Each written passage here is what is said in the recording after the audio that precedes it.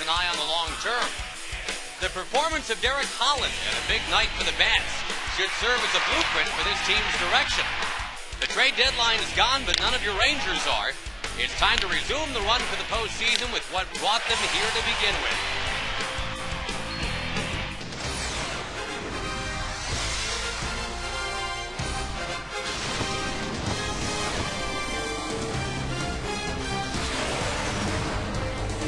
The faces you've gotten to know and like are all still around. The Texas Rangers are 14 games over 500. They're 3 back in the West, just a game and a half back in the wild card pursuit. And the Rangers did indeed hang on to what they already had as the trade deadline has moved past. And now, game 2 of a 4-game series with Seattle tonight from the ballpark here in Arlington. We welcome you to Texas Ranger Baseball along with Tom Grieve. I'm Josh Lewin. One face we haven't seen in a while is that of Vicente Padilla. He is finally healthy enough to make a start tonight. Yeah, and it's good to have him back. He hasn't pitched in 13 days, but for the Rangers to finish off the last couple of months of the season strong, they need Vicente in the rotation. It's probably a good night and a good team for him to come back against, because in his last 7 starts against Seattle, he's 3-0, his ERA is 1.61, and in the no decisions, the Rangers have won those games as well. So it's good to have him back. Look for Vicente, hopefully to go 5 innings, throw 90 pitches, and give the Rangers a good chance to win a ball game. Well, the Rangers very excited about all that happened yesterday, and now as they keep on going, hot hitters abound in this lineup. Michael Young is at the head of the class. The 2-home run game yesterday. The Rangers and the Mariners play ball when we come back.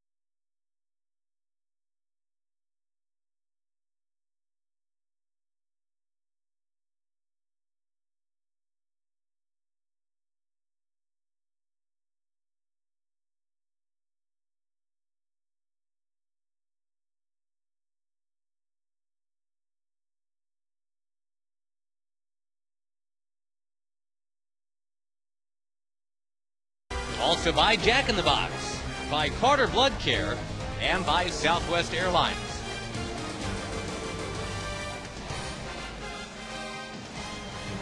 Can't say enough about Derek Holland yesterday. Maybe the only better start ever from a Ranger rookie would have been 36 years ago to the date when Jim Bibby, as a rookie, no-hit the Oakland A's. And the Geico quote from Derek Holland, yeah, chills down the spine. I would say it's probably about right. Those fans, all of them, on their feet for the lefty who carried the one-hit shutout deep into the ninth inning. It's a shame he didn't get the shutout. A shame it was a two-hitter instead of a one-hitter, but what a night for Derek Holland. That was a great night, and Ron Washington wanted him to get that as well, and he gave him every chance to get it. Derek walked the first batter in the ninth inning, gave up a hit, and was at 118 pitches. And I think Ron made the right decision, not jeopardizing a young pitcher's health by trying to get the instant gratification of one more out. He's in it for the long term, and he made the right decision. Short term tonight, here's what Vicente Padilla's got to worry about. It starts with Ichiro, then Gutierrez and Branyan, who's missed the last few games with a bad back. Lopez and Griffey, Jojima, and the back-to-back Jacks, Wilson and Hanahan. Michael Saunders, the rookie Canadian left fielder. And the veteran Nicaraguan right-hander on the mound. The scouting report brought to you by the Dallas County Community College District. A good season for Vicente. He's 7-5. We talked about his last 7 starts against Seattle going very well, 3-0. Rangers have won all 7 of those. He's gotten a lot of ground ball outs. And I think what you have to remember about Vicente is he got off to a bad start. In his first 4 starts, his ERA was 8.27. But since that time, in his last 12 starts, he's 6-4 with a 3.69 ERA. So he's been pitching some good baseball for the Rangers. Hopefully he's over the flu, strong enough to give 5 or 6 innings in this game and to stay strong for the last 2 months, because the Rangers need his veteran presence in the rotation. First thing Padilla's got to worry about is Ichiro, who is 20 for 38 lifetime against him. That is better than a 500 batting average. That's a great way to get started against Ichiro. Get him to pop it up to Elvis Andrus.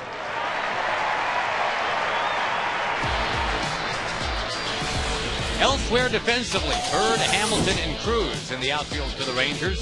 Already heard from Andrus in short. Taylor Teagarden's behind the plate tonight. He has emerged as Vicente Padilla's personal catcher. Saltalamacchia did a fantastic job last night, not only catching the stylings of Derek Holland, but 3 really good at-bats yesterday, including a home run. He also had a line drive right at the third baseman and a ball almost 400 feet to left center field that was caught.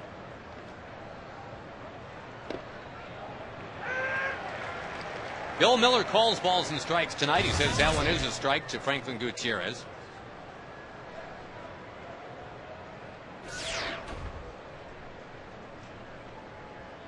Young even with the bag at third as Padilla deals another strike. It's only his 2nd start since the All-Star break because of that flu.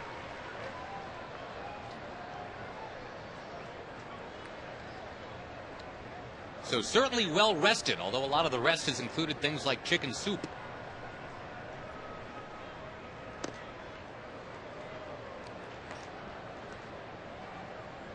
The Rangers with the win yesterday, now 14 games over 500 again. That's as high over 500 as they've been in 2009.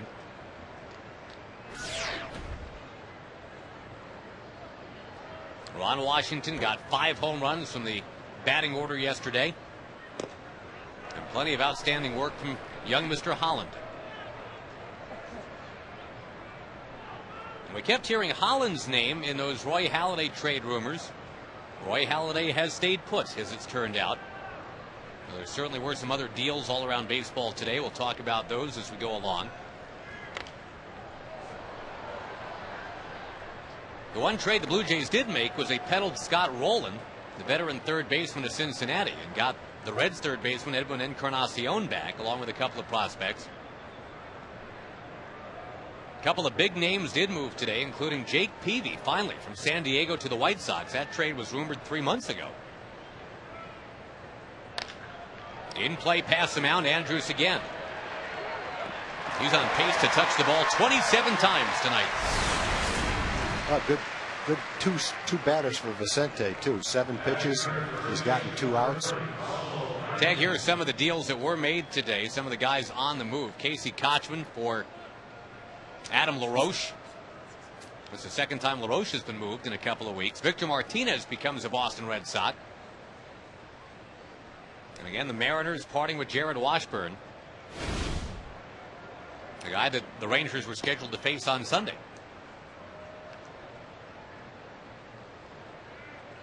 Well, we don't have to play the Tigers anymore, so in regular season we don't have to face Washburn, but we got several opportunities to face him if he had stayed in Seattle, so that's not a bad trade for the Rangers.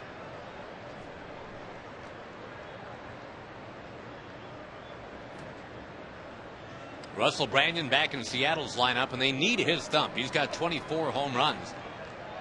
This is a Mariners team that at one point, right after the All-Star break, went 6 games in a row without hitting a single home run. Again, the Rangers hit 5 just last night.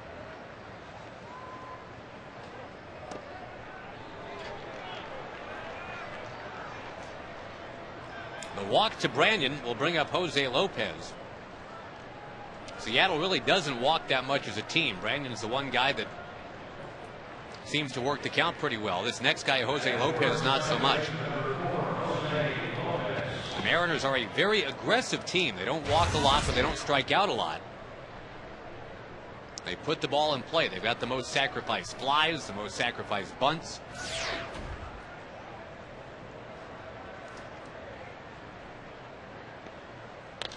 Lopez indeed swings right away, golfs it deep to left field. It is gone. A 2-run shot, and the Mariners lead 2-0.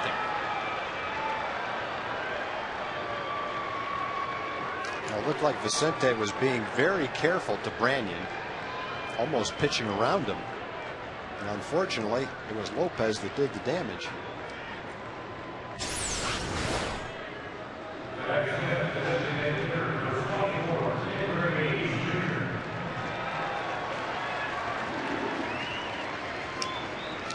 Well, they move Lopez to the cleanup spot, and he swings away like a cleanup hitter. On that one swing, the Mariners have produced more than they did the entire game yesterday. They ended up losing 7-1. And again, because of Derek Holland, they had just one base runner through 8 innings of that game.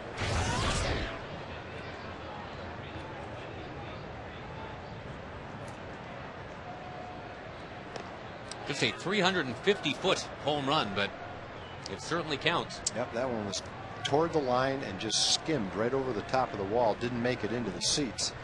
Went right between the wall and where the seats start. Now one slipping away from Padilla to a guy with 621 career home runs, Ken Griffey Jr. 5th on the all-time list. Boy, 399 different guys in the book, including Eric King. Remember Eric King, the very first swing that Griffey took in the big leagues as a teenager. Home run off Eric King. 620 more home runs since then.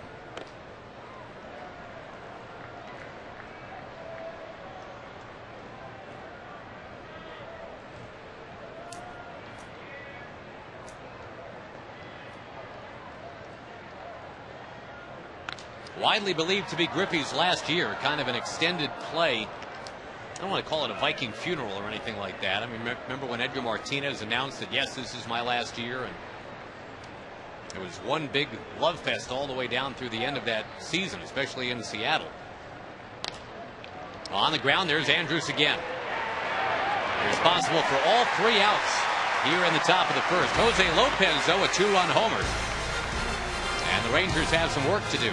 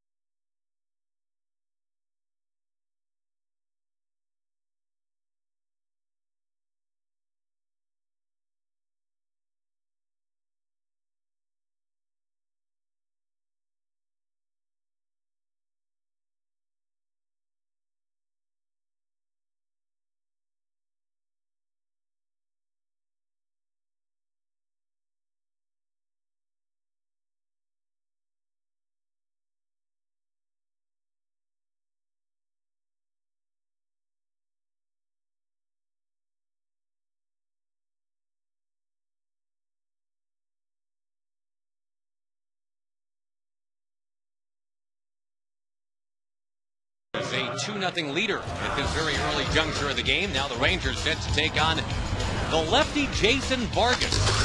And here's the batting order that will do that. Omar Vizquel in for the still ailing Ian Kinsler. Ian expects to be back in the lineup tomorrow. Michael Young and Marlon Byrd and Nelson Cruz will follow. Then Blaylock and Jones. Hamilton still batting 7th until that swing gets back to where he wants it to be. Teagarden hits 8th. Andrews hits 9th. And we scout out Jason Vargas. He's 3-4 on the season. Pretty good ERA. He's also spent some time in AAA. Their AAA team is in Tacoma. He missed all of the 2008 season. He had a torn labrum in his left hip. He started against the Rangers back on May 12th. He had a no decision in that game, but he pitched pretty well. 5 innings, only gave up 1 run. Another interesting fact about Vargas is he's pitched much better at home than he has on the road. His ERA at home is 2.75. It's 4.5 points higher. Almost 4 points higher. 6.25 on the road. What a play by Jack Wilson. But Branyan couldn't hold it. That would have endeared Jack Wilson to the Seattle faithful. They were told they were getting an unbelievable defensive shortstop. That was a great stop. But Branyan couldn't hold it the other way. He got something on his throw after he slipped and was basically sitting on the ground. I think if Branyan could have caught that ball on a hop, they would have had the out at first base. A strong throw from the position he was in, and a playable ball that Branyan couldn't come up with.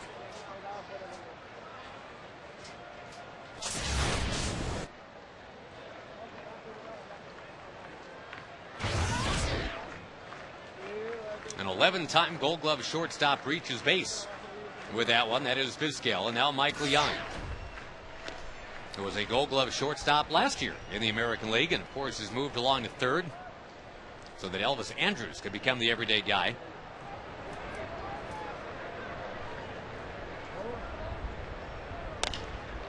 Slowly to third base. Hanahan starts it, a 5.43 DP. The hottest hitter in baseball is not going to hit 1,000 for a batting average. 2 quick outs and Marlon Byrd to the plate.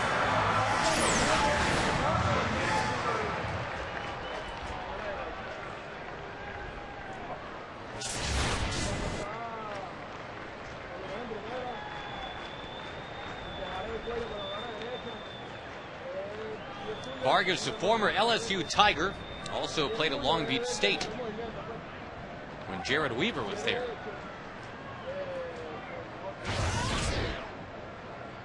One-time second-round pick of the Marlins 5 years ago. Speaking of Marlins, Byrd will take a strike. He's got 10 home runs now, the most recent of which was last night. See, the Angels have an early lead tonight in Minnesota. The Rangers, as we mentioned, 3 games back in the West right now. And there will be some Ranger-Angel head-to-head baseball coming up next weekend. 3-game series out there in Southern California.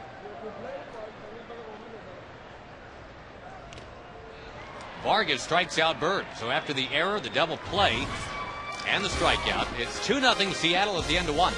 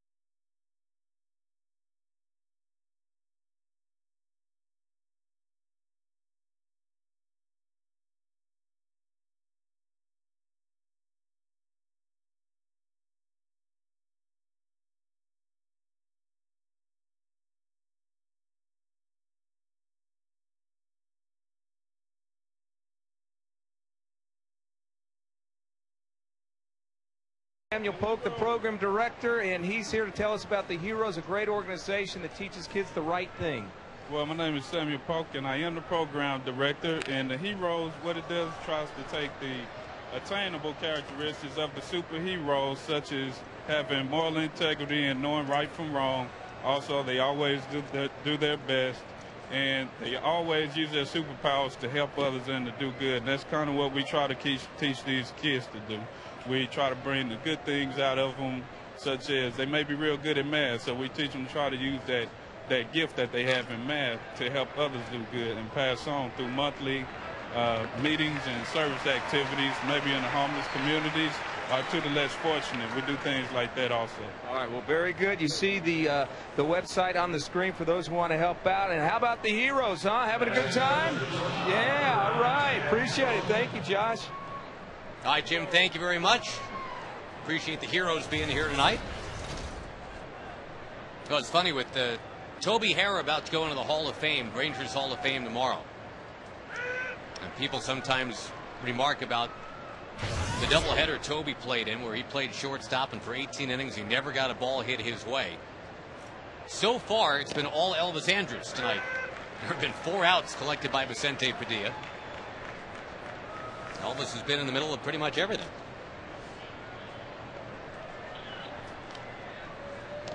Looking forward to having Toby and Ruben Sierra both in the ballpark tomorrow.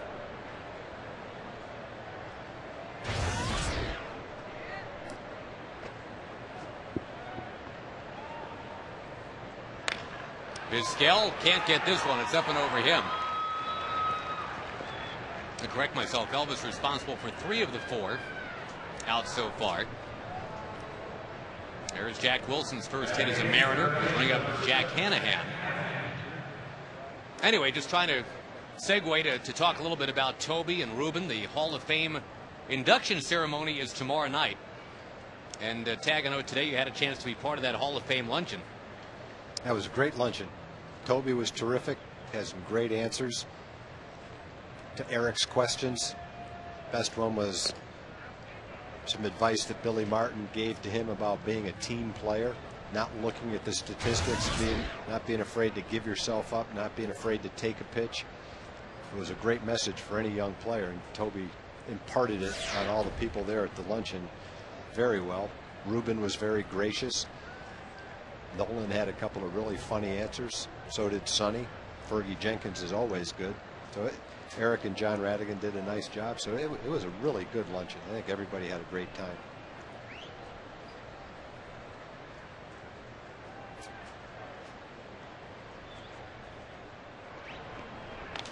Jack Hanahan was the guy that spoiled the perfect game bid of Derek Holland yesterday. Didn't exactly drive the ball, just kind of chipped his bat and blooped one right beyond second base on a couple of hops. But as it turned out, Derek retired 24 of the first 25 batters he faced in that game. And he became the first rookie lefty to strike out 10 batters in Ranger history. First lefty period since Matt Parasho 10 years ago to strike out 10 in a game for the Rangers. Parasho did it right at the end of that '99 season against kind of a makeshift Angels lineup.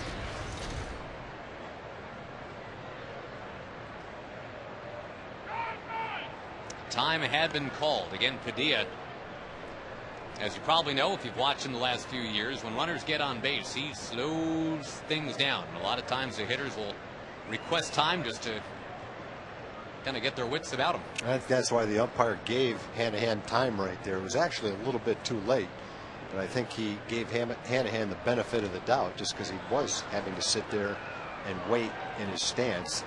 And once your arms start to get tense, it makes a nice relaxed swing a very difficult thing. And so a hitter can only stand there ready to hit, you know, for 3 or 4 seconds, and after that it just gets a little bit uncomfortable and you have to call timeout.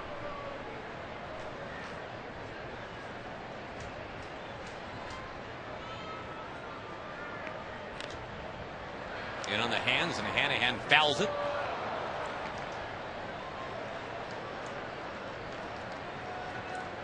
So as the Rangers kind of get back to business, I mean, yesterday was certainly Derek Holland's coming out party. It was fun. It was great to be a part of it. But now it's back to the business at hand.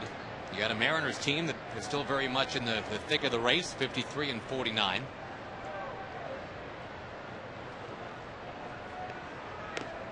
Padilla strikes out Hanahan.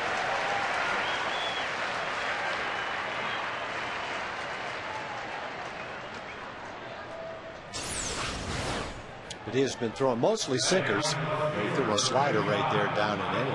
After seeing mostly sinkers, I think Hanahan probably anticipated that he would see another one right there. Vicente crossed him up.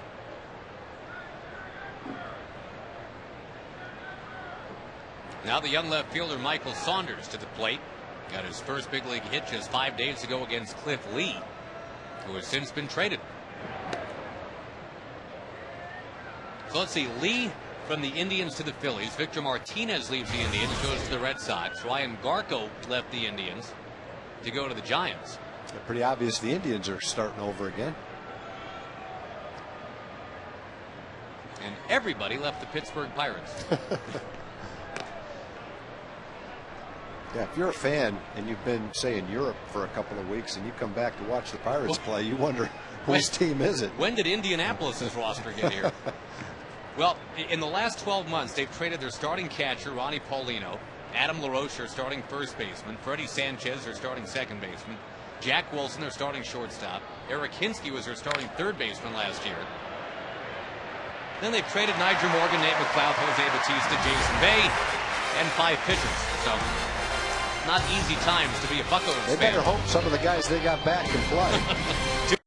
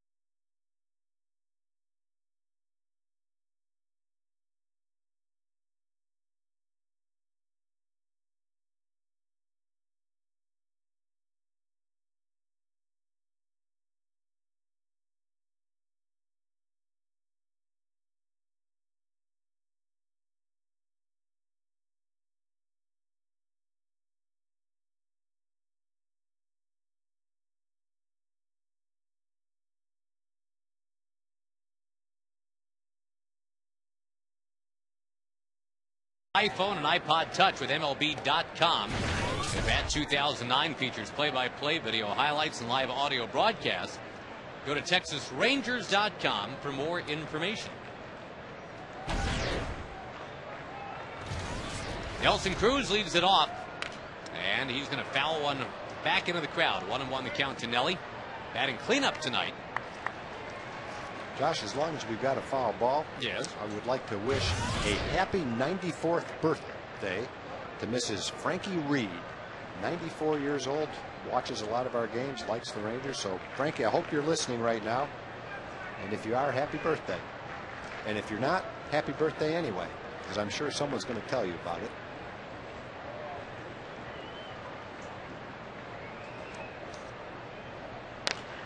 Cruz rolls it towards second. Lopez wheels around. 1 up, 1 down here in the bottom of the second. Blaylock will come up next.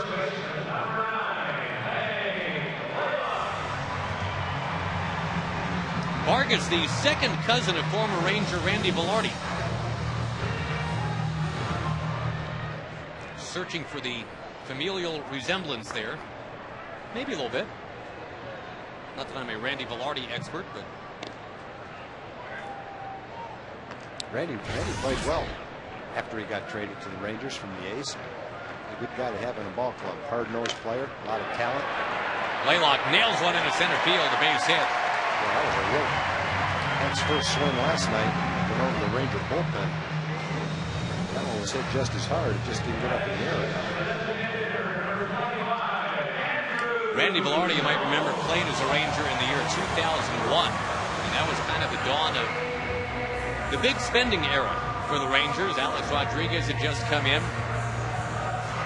And the one thing I get the real sense, Tag, and we're going to have John Daniels in the booth later on tonight too, Rangers GM, but I think Ranger fans right now, towards the end of this decade as opposed to earlier in the decade, what a lesson we've all learned, about how to build a better mousetrap. And fans really seem to enjoy watching this unit kind of grow together. You supplement, obviously, where you need to, and this batter, Andrew Jones, is a great example, but the fact that the farm system is producing what it's producing, a lot of fun to talk about. Yeah, and it gives you a good feeling for the future of the team, too, which is why when it's all over and done with, I think a lot of Ranger fans were very happy that the Rangers hung on to their prospects as much as they would love to have had Roy Halladay, like everybody would. The price that was being asked was just too much to pay for one player, with no guarantee that you would win now, and then at the end, a player who you definitely weren't going to be able to re-sign. So it was a short-term gain, and the long-term loss could have been extensive if those players that were mentioned, at least in the press, were the players that actually would have taken to make that trade. It would have been something that, in the long term, would definitely have hurt the Rangers. So I'm kind of glad we ended up right where we are right now.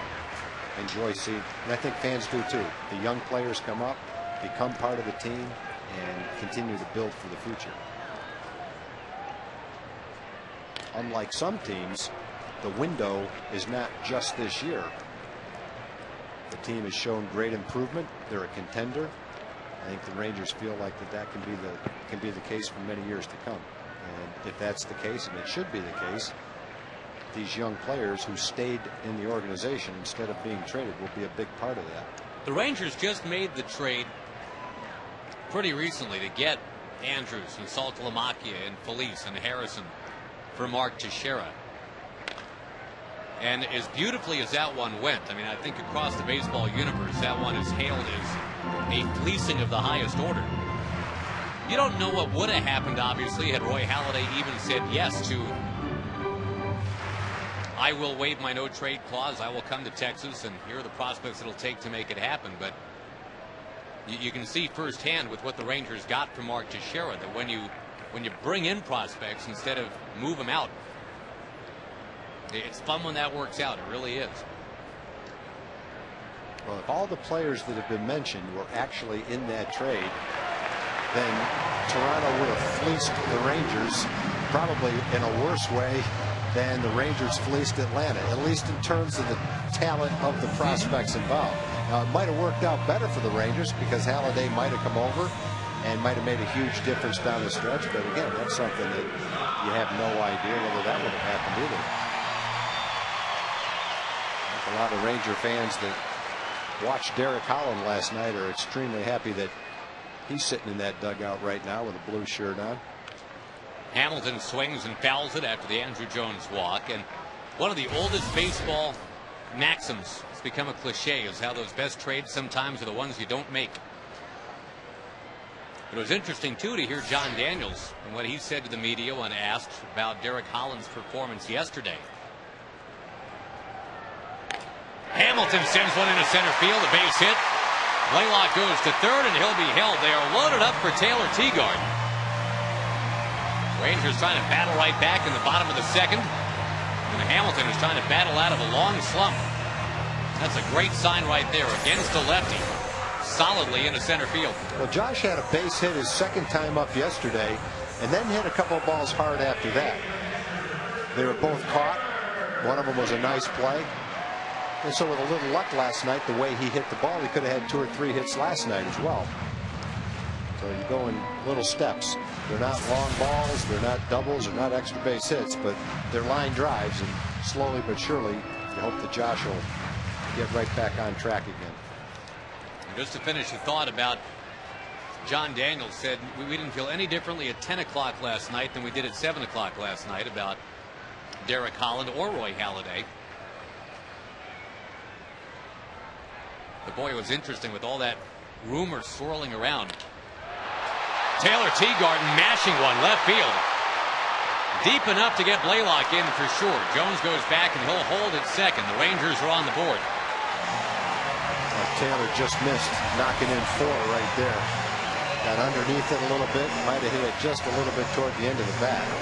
But nevertheless, the Rangers are on the board. In that situation, you want to make contact. You want to get the ball in the air. He just missed the sweet spot of the bat by enough to keep that ball in the ballpark.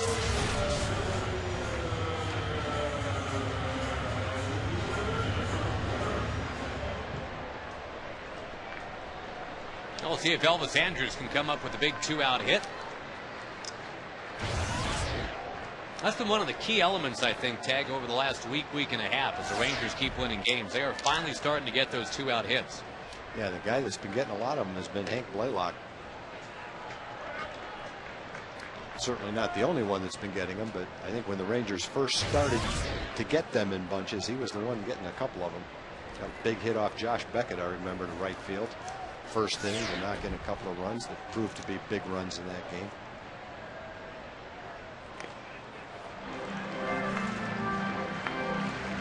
Well, Marcus had a quick inning in the first because of the double play.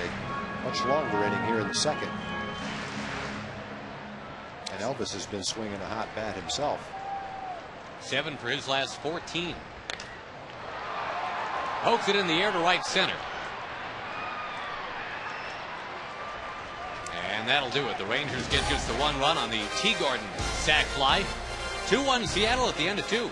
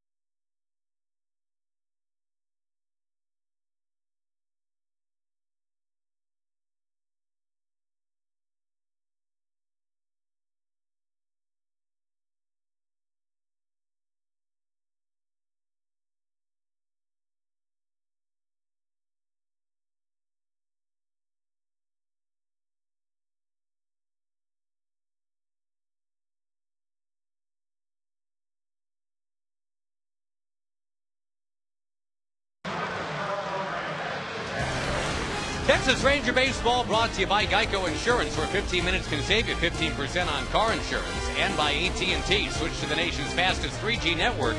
AT&T, your world delivered.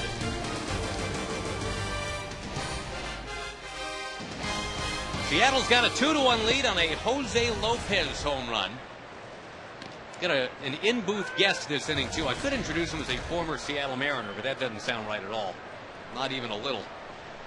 Everybody knows Ruben Sierra as a former Texas Ranger, and that's where we're going, because he's not yet in the Mariners Hall of Fame, but in the Rangers Hall of Fame. That's happening real soon. So we're happy to talk to Ruben about that. And first of all, Ruben, welcome to the booth.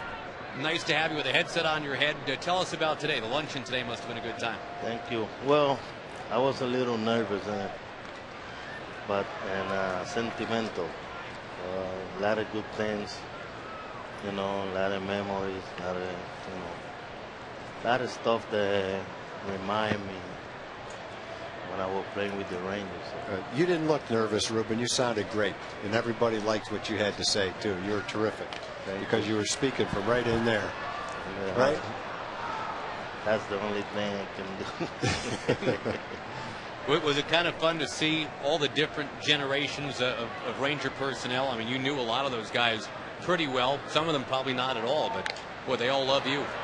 Ichiro, another base hit against Padilla. Nolan Ryan coming over and glad handing and all that. I just get so prideful. I see a couple players that play with me in AAA and the beginning of the big leagues too, like Tommy Dunbar, Curtis Wilkerson. That surprised me, and I was excited to see those guys. They're doing good. Same guy. Franklin Gutierrez, the hitter. Ruben Sierra visiting with us in the booth. Chop ball, third base. Michael Young starts it. 5-4-3, double play. Ruben, I know one thing that was kind of hard for you to talk about because you felt so good inside was the fact that the Rangers have signed your son to be a Ranger too. So you were a Ranger when you were 17, and so is your son, right? Yeah, he's 18, but almost at the same time. And I will feel, I get sentimental that time because I remember when he was here taking batting practice, shagging the outfield. And not too many organizations do that, Yeah. Now, what kind of a player is your son compared to you? Does he run well, throw well like you did as a young player? Well, I think he got better speed than I, because he practiced a lot of track and field. He represents Puerto Rico a couple times, and well, if he can run faster than you could run, he's very fast then. I mean, he's fast. He can run. And also he got a good arm. He's a good outfield. Good. And he can hit. He's young. He got to get used to the professional ball, and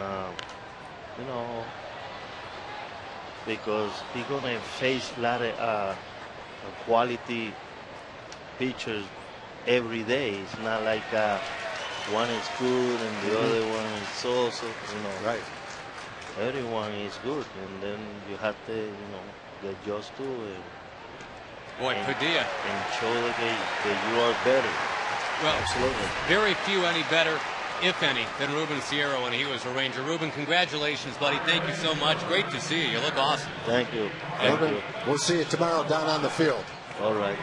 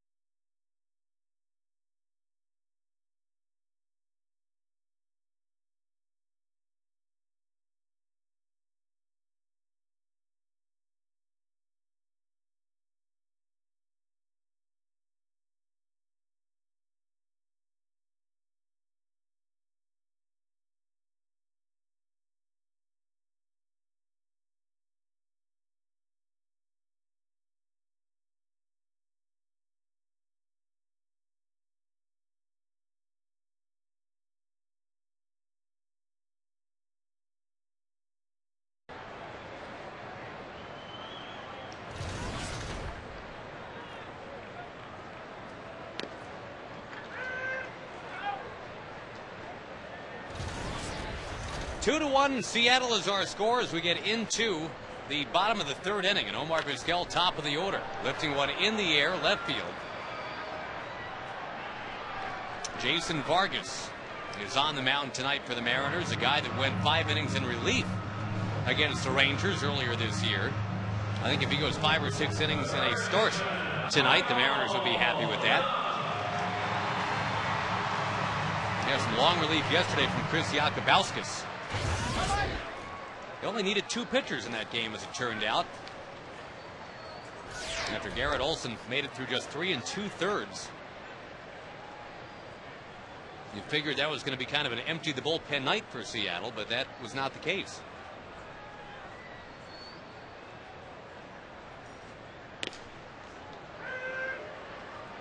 Michael Young, who banged into a double play in the first inning.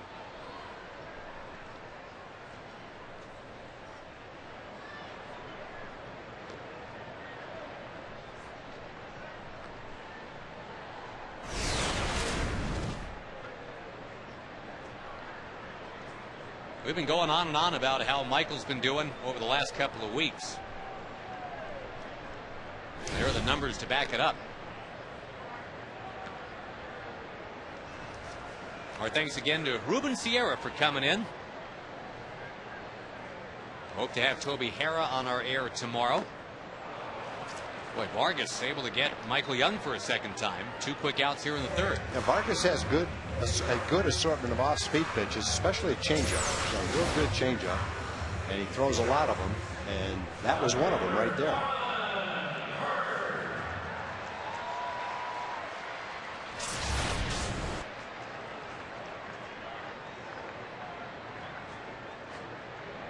A 12-3 loser his last time out was Vargas, although in fairness it was just a 3-2 game when he actually departed.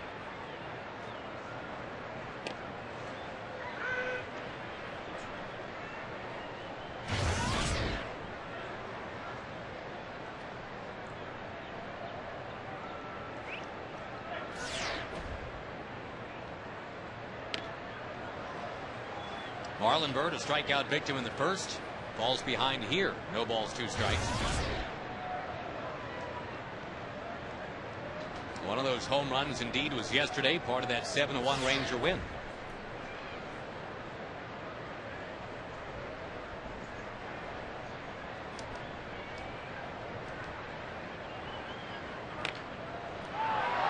Out in front of the plate, Jojima pounces on it and captures Marlon Byrd. Rangers down in order.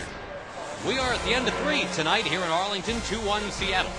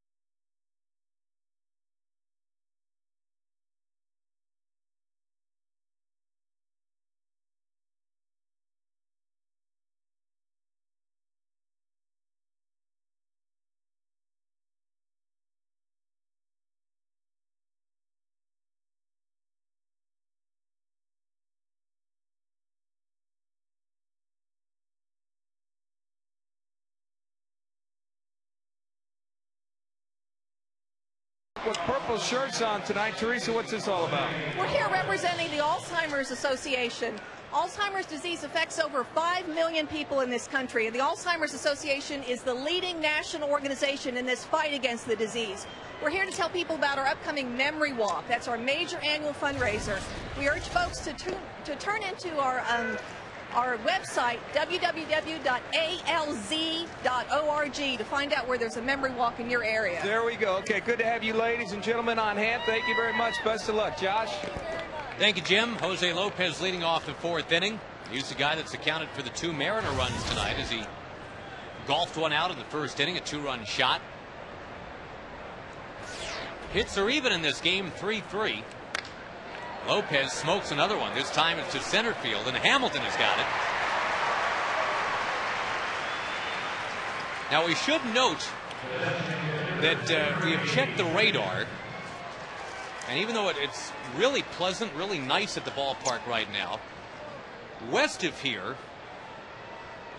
the animals are lining up 2 by 2. Now, how far west of here? Well, like Arizona? No, Fort Worth? I would say Fort Worth-ish right now. That's close. It's a coming. Or maybe it'll take a detour.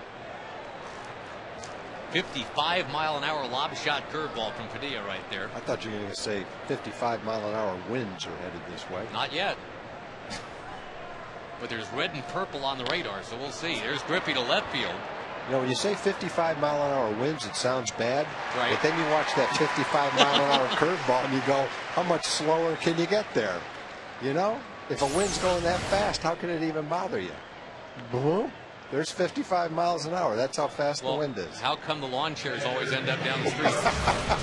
I don't know. I'm just asking the question. I don't know the answer to it. I like it when you're hypothetical. But now if someone throws a 95-mile-an-hour fastball, you could definitely see that wind could do some damage. A little bit more G-force right there from Padilla, strike 1.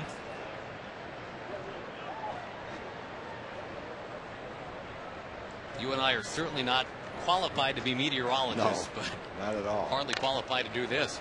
Right center field, Hamilton on the move. Diving, he got it!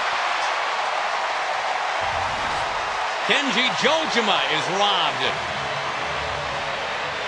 The Hambone Express going into right center to keep it 2-1.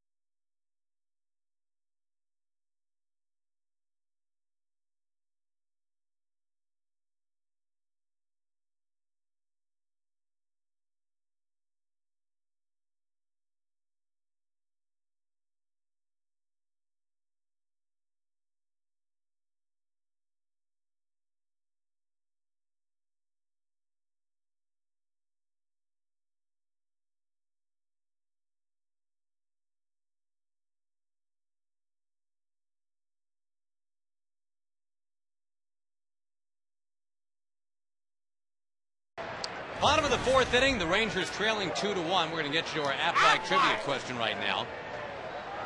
The last active Major League player to have played for the Washington Senators, the old Washington Senators. That's what the Rangers were before they moved here to Arlington. Tom Grieve was a Washington Senator. He was. With the curly W on the hat, or the block W on the hat? Curly. The curly. Curly, yep. That one grazing Nelly Cruz. The blousy jersey helped out right there. I don't think Nelly even felt it, but the umpire saw it or heard it. Tying man reaches. If you got the Jose Canseco painted on jersey, that's just ball one. Yep, that doesn't even hit you. Happy birthday and get well wishes are in order for Eldon Bilton. He's 88 years old today. Elton, happy birthday and get well soon.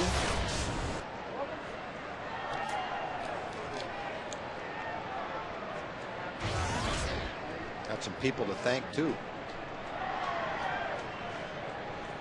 Great chocolate chip cookies were sent up by Todd Murphy and his great-grandfather Weldon Rogers. Now I'm not sure if they made the cookies themselves, but they definitely brought them to the ballpark today. Weldon's 92 years old and seeing his first Ranger game tonight, so thanks, guys. Got the Gammonses from Amarillo watching tonight. They're Ranger fans, but also Ken Griffey Jr. fans. Nothing wrong with that. A lot of Ken Griffey Jr. fans in the stands tonight. Get some emails from Lubbock saying they enjoyed hearing you on the Lubbock air today on the Jack Dale show. Yeah, Throw down to second base. Nelly Cruz is out. Well, no one in the league throws out runners better than Jojima. And you can see why. He's got incredibly quick feet and a quick release. And it was on display right there. Only guy in the big leagues right now, only everyday catcher throwing out better than 50% of attempted base stealers. Nelly Cruz is captured. See how quickly he gets his feet shifted to be in position to throw.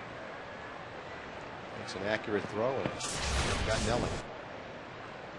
The Rangers have been the most efficient base stealing team in the majors this year at about 85% success. Just wasn't happening there. Blaylock bounces out. Another loyal watcher that we have from Arlington is Betty Duncan, and Betty sent us a great picture of Dizzy Dean. And that's a picture I've never seen of Dizzy Dean before, but Betty, thanks for thinking of us. We'll keep that right here in the booth. Thank you very much for that. Dizzy was a bit before my time, both on the field and in the booth, but I hear that was a treat. That was. How guys didn't slide. He was very colorful. They slid into second base. He's got a couple other ones that you probably don't want to repeat on the air, but they were pretty famous. Things that he actually did say on the air, evidently. But it's a great picture, so thank you, Betty.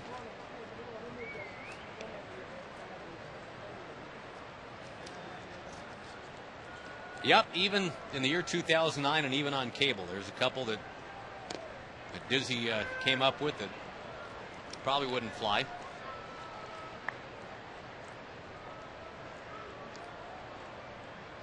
Andrew Jones, a wave and a miss, 2-2. It's that good changeup that Vargas has.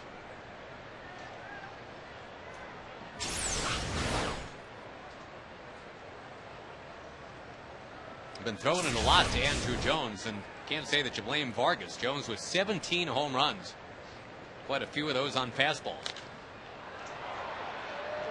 In the air to left. What started out as a promising inning with Cruz reaching. Well, then Nelly was caught stealing, then there was a ground out, now a fly out. We're at the end of 4. 2-1 Seattle.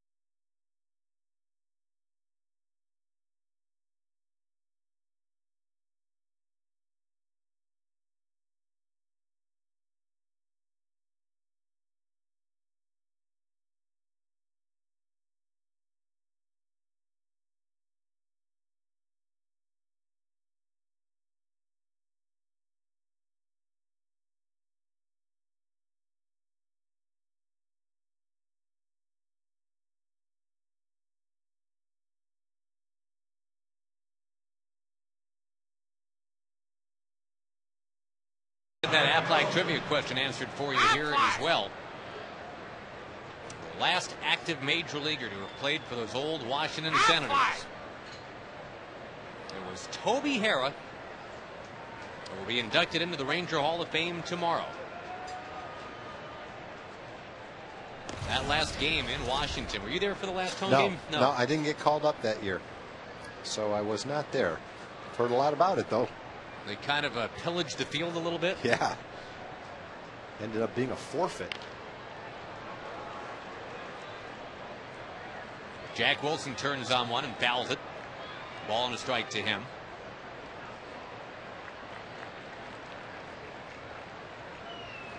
One of the trade deadline deals. Seattle getting Jack Wilson in from Pittsburgh along with Ian Snell.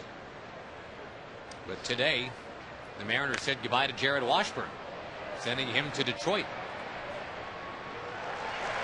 As we speculated, and the Mariners haven't made an announcement yet. It could be Snell, it could be Luke French, the guy that was acquired in the Washburn deal today, making that start on Sunday now.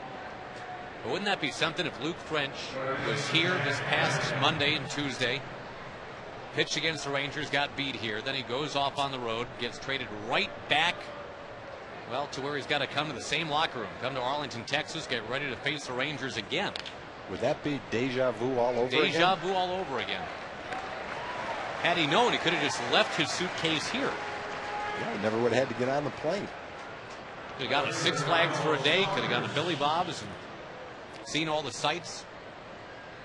Well, Vicente has definitely settled down. He's retired 7 straight. One of them was a double play, so technically he's gotten 8 outs and 7 batters.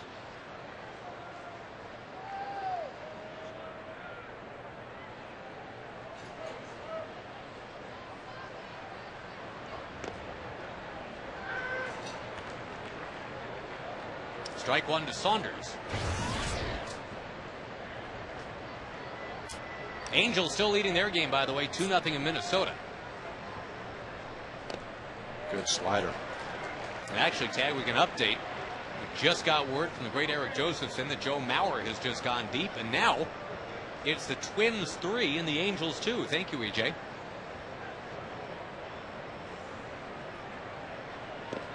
Strike 3. Nice pitching right now for Vicente. He's in a groove.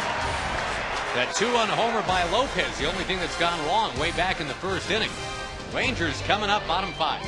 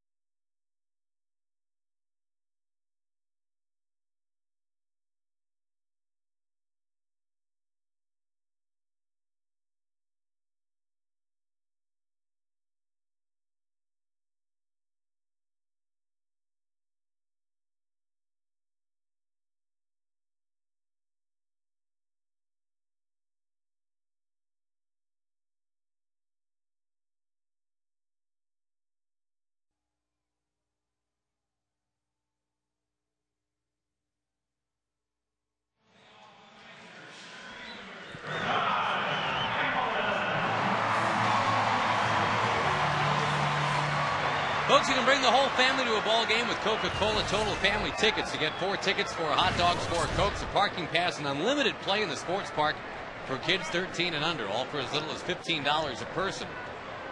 Call 972-RANGERS or go to TexasRangers.com.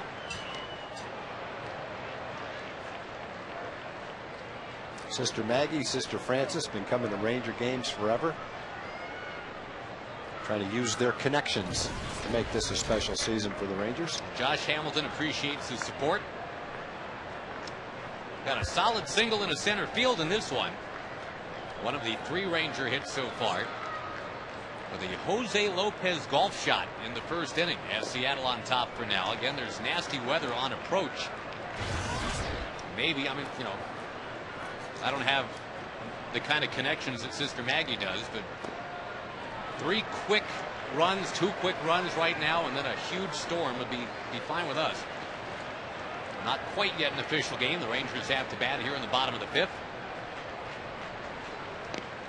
Wave and a miss. And the count now to Josh goes to 3-2. We do have some connections, not those kind of connections, but right to the Rangers front office. We're going to check in with John Daniels in just a moment.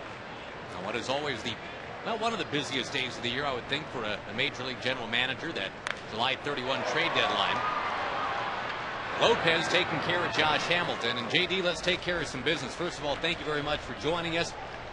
Relieved? Do you take a breath? I mean, the deadline is passed, so do you get just a moment to collect yourself now? Not just yet, but no, obviously this past week is hectic. Really leading up to the deadline. It's amazing, and everyone knows it's coming. You have all this time to prepare. You know exactly what your club is, Tom, as you know well, and what you're looking to do. You know, you've spoken to these guys for months, and then somehow the last 2 hours are absolutely frantic, and it's like everyone forgot it was. We were surprised by it, but a lot of conversations. We certainly tried to do some things, but at the end of the day, we felt short and long term our best interests were standing pat. It seems like the activity leading up to this trade deadline was more than in previous years. It seemed like more teams were involved. Certainly more public, too. Yeah, right? more public, that's for sure. Yeah, I would agree with that. I think part of it is just the wild card, and there's so many clubs that are involved, and the economics of it. There are very few clubs that could take on contracts, and it really proved for a different dynamic. Does all the public speculation now with the blogosphere and all that, JD, does that help, hurt, or make no difference at all? As Teagarden rams one, gone! Taylor Teagarden into right center, and the Rangers, right before the rain arrives, they've tied the game 2-2. That was a rope right there. He just missed the grand slam his first time up. Hit it just a little bit off the end of the bat to the warning track for a sacrifice fly. But he didn't miss that. That's a line shot to the opposite field, 410 feet. And you're right, Tag. He didn't miss the grand slam by much at all in the second. This time going the other way. His first hit in his last 17 at bats. It's a home run, and the Rangers tie it up 2-2. Oh, and dreams of a souvenir go away. But anyway, real quick, as we look at Taylor celebrate all that, and Elvis Andrus comes to the plate and bunts his way towards first base. Foot race, tagged out. That's a nice play by Vargas. Great play. Normally, if you can bunt the ball to the first baseman and not get tagged by him, you're going to beat a left-hand pitcher to the bag. But I don't know how Vargas got there to make that play, but I'll give him credit for being able to do it. JD, I was going to say, this is the 2-year anniversary of the Elvis Andrus, Jared Saltalamacchia, etc. deal. And I don't know how often you find yourself looking back at that one, but boy, those are some great guys to have in the organization. I think Ranger fans look at that deal as a kind of a defining day in Ranger history now. Well, I appreciate it, and I hope going forward it becomes more so, just as these guys get more entrenched and Harrison comes back healthy, and we get Neftali up here. But I think we certainly look back in time from time to time, and really that's more to kind of evaluate the decision-making process and kind of appreciate the work our scouts have done. But for me, it's about looking forward. I mean, we had some opportunities. We could have done a few things, and quite honestly, we decided that it would have been core players like that. When guys ask about Elvis Andrus and even Derek Collins, some of these guys, you never say never, but it would be pretty challenging at this point to move guys like that. I mean, that's who we are. That's what we're about. That's our vision going forward. That's how this club's going to improve. That's the reason why we're in this position today. And we are and we're willing to put some pretty good players in deals, but there just comes a point in time where you've got to say this isn't right, and that wasn't right for us. And like I said, these are the guys that got us here, and I feel better. Vizquel dunks one in the left, base hit.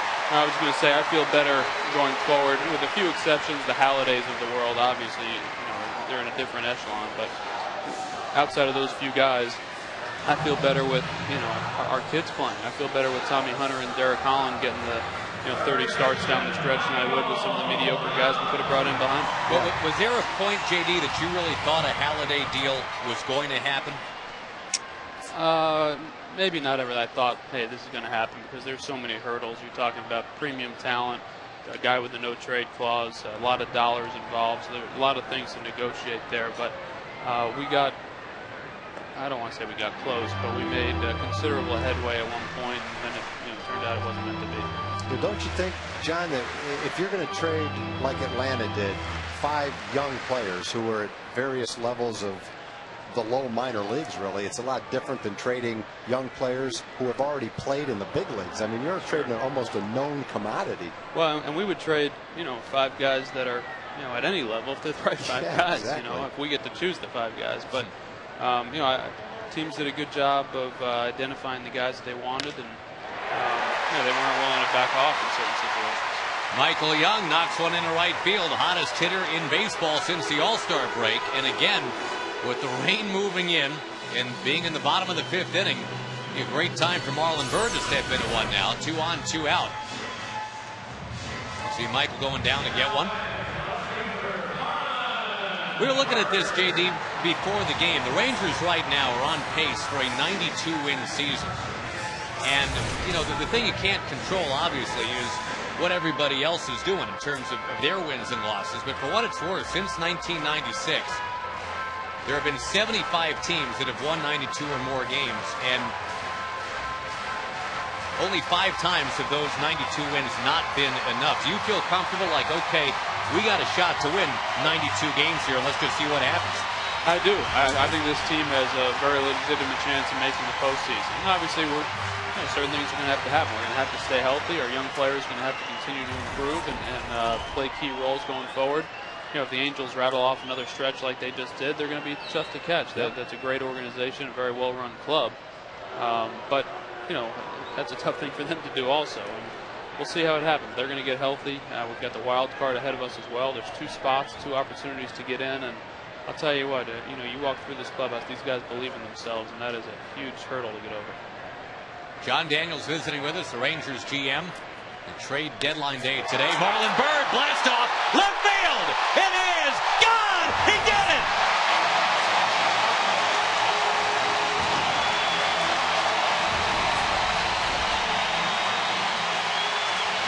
I got to come hang out with you guys more often. I was just going to say, we've had John a lot, but I don't think we've had John where we got a smile on your face during the inning you were up here.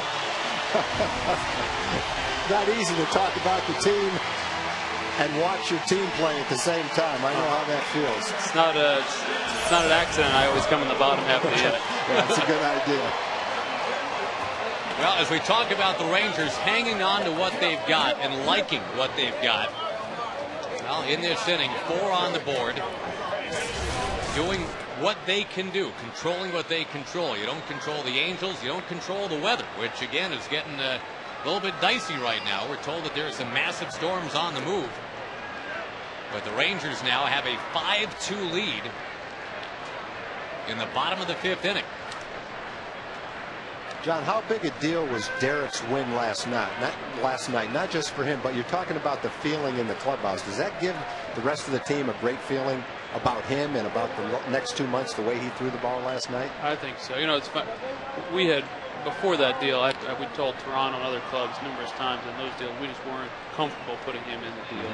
I understand why they're asking for him, as talented as he is, but I walked through the clubhouse saying a couple of our core guys, everyday player, key veteran guys, walked through and were like, we're glad Derek's still here too. Great, that's great.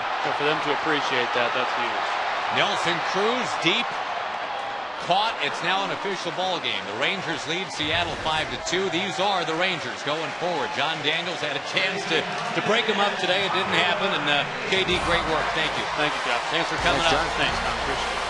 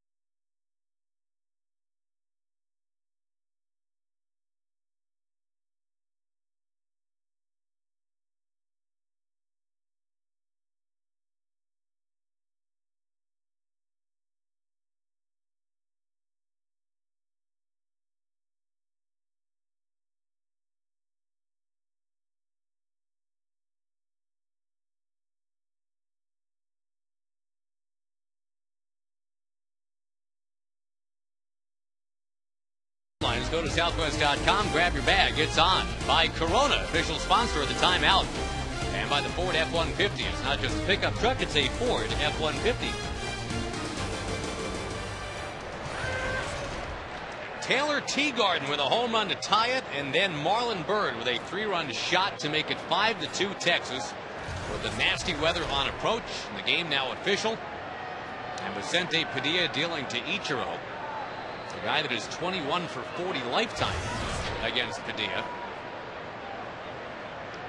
Mark McLemore going to join us this inning. You have been enjoying his work on Rangers Live all year with pregame and postgame. Ichiro with a one-hopper picked cleanly by Vizquel. Mark McLemore used to do that kind of thing for both of these teams, both for Seattle and for Texas. And, Mac, you've got to be kind of pumped up about the whole Hall of Fame thing coming up tomorrow. Seeing Ruben Sierra cruise on back here and Toby Harrah. You probably know Ruben a bit better than you know Toby. Right. But it's a pretty fun weekend. It really is. You know, you get a chance to see the guys that you played with. Ruben's case, guys that you came up with. Ruben and I came up the same year. I was with the Angels, and, of course, he was here. So, known each other for a long time. So just being able to get back, get all the guys back together again and, go over old times and everybody tell their stories of how good they really weren't. Except in the case of a guy like Ruben, who really got it done. Gutierrez, did he go? Yes, he did. Well, Vicente Padilla, a guy that sometimes really labors through innings. He had an 11-pitch third and then a 7-pitch fourth and a 7-pitch fifth. Well, it looks like he's found his groove, obviously. He's throwing the ball, getting ahead of hitters. And once you do that, then obviously you pretty much control the at-bat. So he's been doing a great job once he found that groove. And, he's missed the last couple of weeks. So, he's just got to find that rhythm, and I think he's found it. Derek Holland yesterday, everybody's still buzzing about that. Your thoughts about a 22-year-old who had a major coming out party? Outstanding performance. I think Tex said it last night. Instead of going out there trying to throw 96, 97 and throw the ball by guys, he backed it down 91, 92 miles an hour and had more control. Yeah, exactly. And that's what you got to do. It's not about how hard you throw it. It's where you throw it and when you throw it. And having that control is what it's about, being able to hit those spots. And if you can hit those spots, it doesn't matter who's standing in that batter's box. They're not going to do much damage. I don't know about you, Mac, but I found myself thinking during the game, I'm glad I'm not hitting against him last night. The combination of high fastballs away and good sliders down and in was a little bit more than I could handle as a hitter. Blaylock to Padilla, who does not look like he's been suffering from the flu. Amen. That's for sure. Yeah, last night was definitely a good night for Hollanditis. They just didn't know it. Maybe next time they'll catch it. Two quick outs, and Russell Brandon comes to the plate. There is some big, thick bolts of lightning off that was a wide bolt. Yeah. Not good. Right behind that big scoreboard in right field. Fortunately, it's out near Duncanville somewhere, but. Well, unless they live in Duncanville, then it's not sorry for all you people in Duncanville. Not as fortunate at that point. Waxahachie, wherever that is. You got the lawn furniture tied down in South Lake, Mac? It is tied down. All right. Well, again, the Rangers Hall of Fame weekend is here. We'll have the ceremonies for you on air tomorrow, right before the Rangers-Mariners game.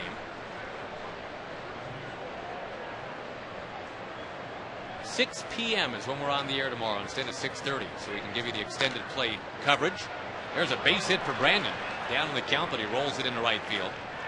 Remember, the last time Padilla faced Seattle, he allowed only one hit in 8 innings. Not too much more than that tonight. He's allowed 4 hits as we play in the 6th. And we update the Twins and Angels. Minnesota now leading 4-2. So, Mac, it can't be that the Angels keep playing 800 ball. I mean, at some point they got to slip back a little bit, right? I hope so. Boy. They've got a very good team, and I believe they can play 700 ball. 800 ball is a little tough to do, especially late in the season. They've got a quality club, but I think the thing is the Rangers really match up well, and they've handled them all year long, and they've got 9-10 more games with them. Boy, Lopez has had 3 good swings tonight. Sliding after the ball is Hamilton, and he guides it back in, but it's now runners at first and third for Griffey. Ken Griffey Jr. becomes a tying man. Again with the rain apparently on approach. Got a guy with 621 career home runs coming up. Did Josh catch that ball in his bare hand? I couldn't tell from up here. Looked like he slid after it, put his glove down to balance, and caught it in his bare hand. Let's take a look. Yep. That's unconventional way of making that play, but definitely work. I wouldn't recommend that for you little leaguers out there, but when you get to Josh's level, it works. Mr. Incredible out there. Yeah, that guy's 6'4", 240 pounds, too. You'd never know it the way he moves. I know. Mean, coming out of the box, running the bases, and flying in the walls out there in that outfield. Now Ken Griffey Jr. not being called the kid anymore. But despite his age, his mind is intact, his charisma is intact.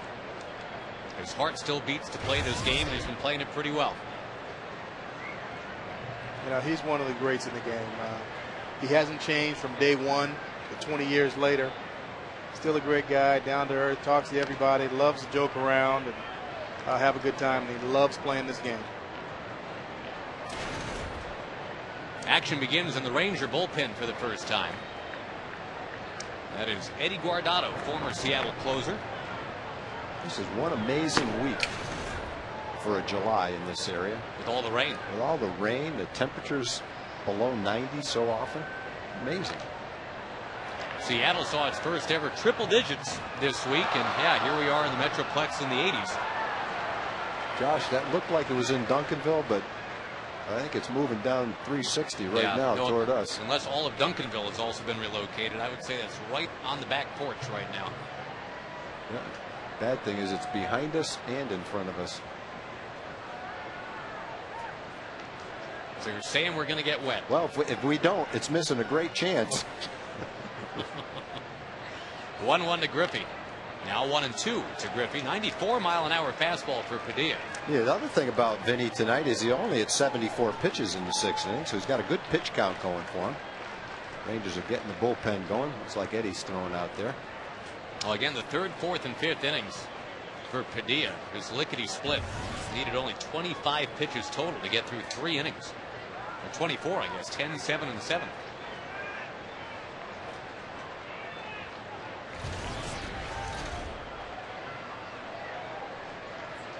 With lightning in the distance,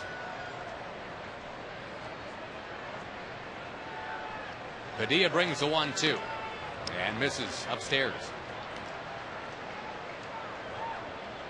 You guys are underneath the stands, right, Mac, for Rangers Live? We are underneath. I think. So unless it starts raining sideways, you're okay. We should be okay. We're tucked in there far enough, I believe. I hope we're far enough under.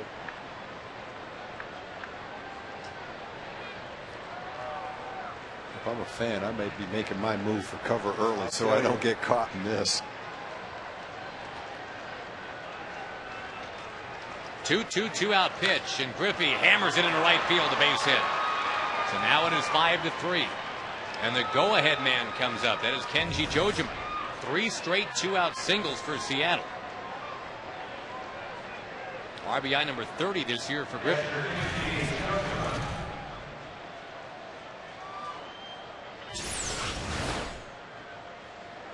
Yeah, Vinny hasn't thrown many pitches up there. He's been keeping his sinker down, getting some ground balls, but that was kind of right in Griffey's wheelhouse right there. You mentioned, Mac, how he talks to everybody, makes friends with everybody. He'd be a heck of a politician if you wanted to be someday. Tell you what, he is a true ambassador of baseball. Now, this guy, we used to call Harold Renner, or still call Harold Renner, Mr. President. I don't know what we're going to call Griffey when he's done, but believe me, he knows everybody and just has a great time with everybody.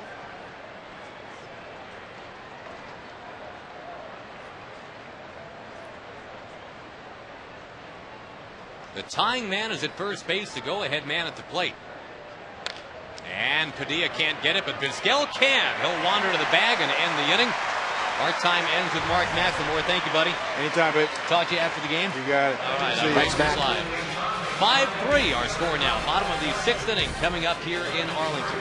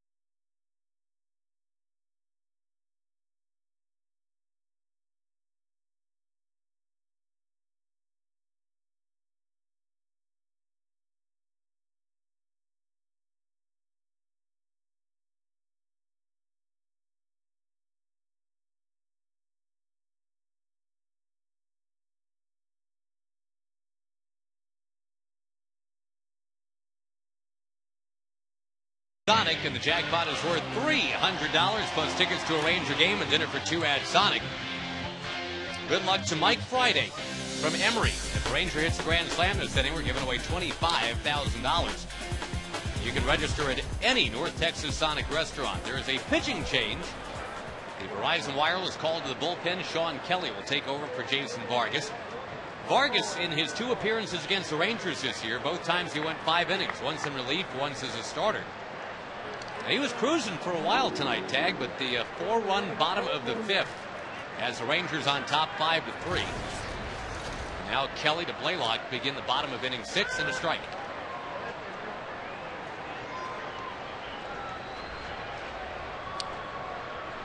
My partner keeps looking nervously at the sky. It just looks like fireworks right out behind the right field fence. Well, the sky is, yeah. Those lightning bolts are not way up high in the sky. They're right behind the home run porch. You notice how black the sky has gotten out there. The wind is starting to pick up and swirl around. That's a pretty good sign that we're about to experience a rain event. The numbers on Sean Kelly. Boy, now the wind really starting to do that swirly thing. Napkins flying all around the field. The flags are now pointing directly at that Seattle dugout. And the fans are starting to ooh and ah. You know, it might not be a bad idea to get the grounds crew a chance to get that tarp on. Otherwise, it's going to look like a parachute.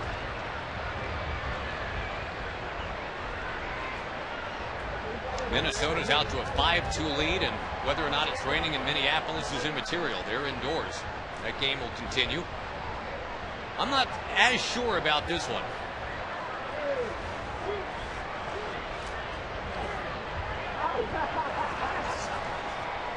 Now the flags are pointing at kind of an upward angle.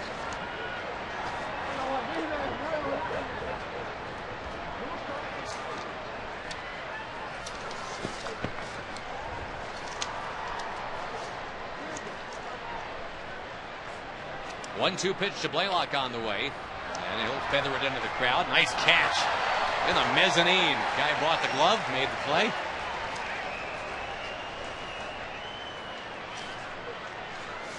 Our Sonic Slam contestant, by the way, is from Rains County. That's where Emory is. That would apparently be appropriate.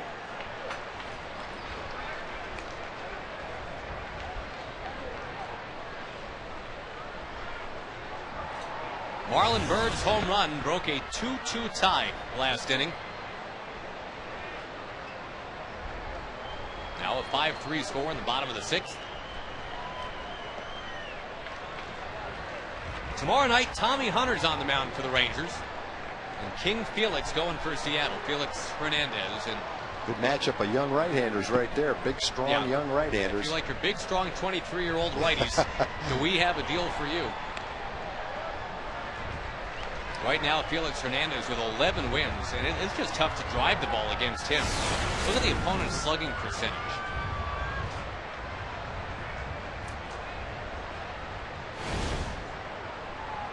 Blaylock down on strikes.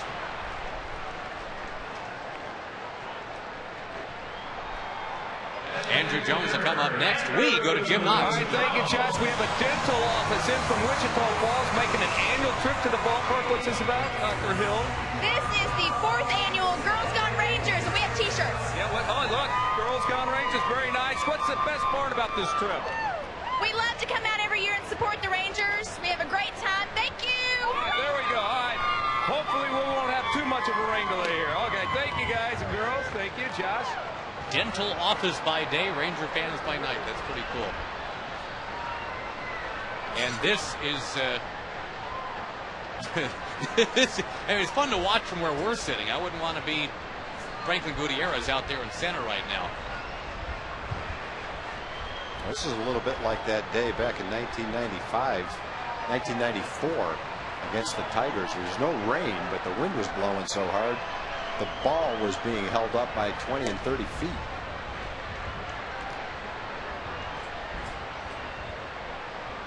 But not a drop yet. No. Just a lot of wind.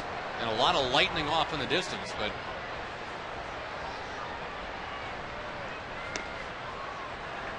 So a sky-high pop-up right now would be kind of a problem. That would be an adventure. Might be an adventure.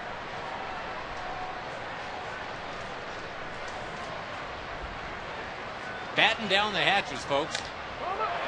Whoa, that one curling in on Wilson. That was a rope, too. When you're handcuffed by a line drive from that far away, you know it was hit hard.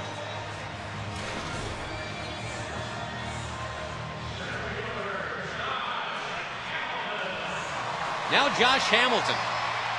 Would you love to see Josh Hamilton making the call. Yeah? I'm making the call right here. Well, Josh appreciates it. Been stuck on 7 home runs for a while. I'd say in probably his last 5 at bats, he's hit the ball on the good part of the bat. He only has a couple of hits to show for it, but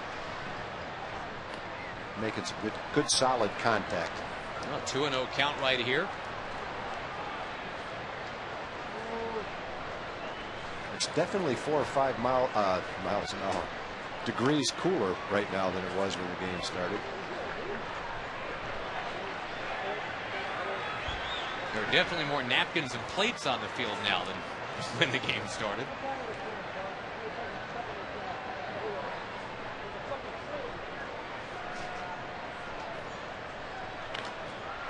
Back into the crowd, and Josh Hamilton not only making solid contact tonight, but the defense has been there. The Coors Light Freeze Camp.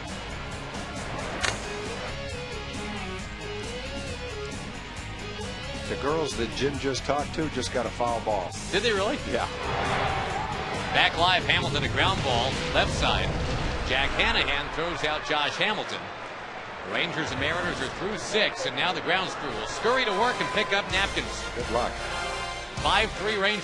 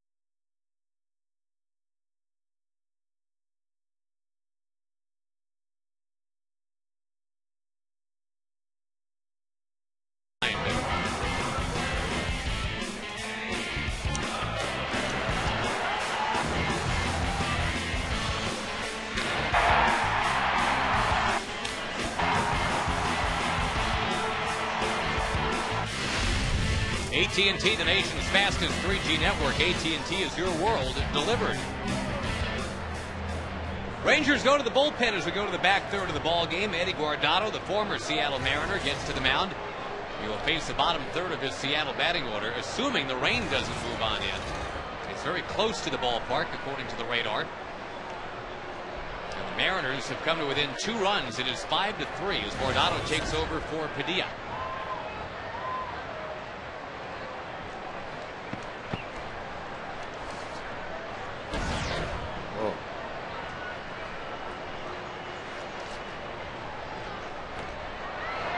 Major lightning flashes just beyond the right field walls. We check out the Pontiac starting line. Good solid game for Vicente. Quality start. 6 innings, only 77 pitches. There's a base hit for Wilson. Tying man is going to come up.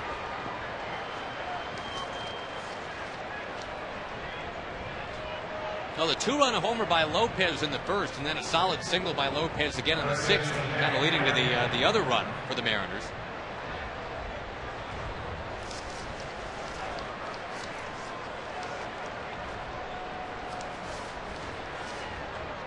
Now lefty to lefty, Guardado against the former Oakland Athletic, Jack Hanahan.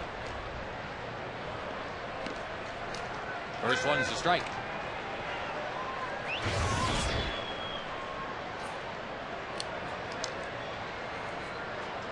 Red Sox leading the Orioles 6-5. That game's in the bottom of the ninth in Baltimore.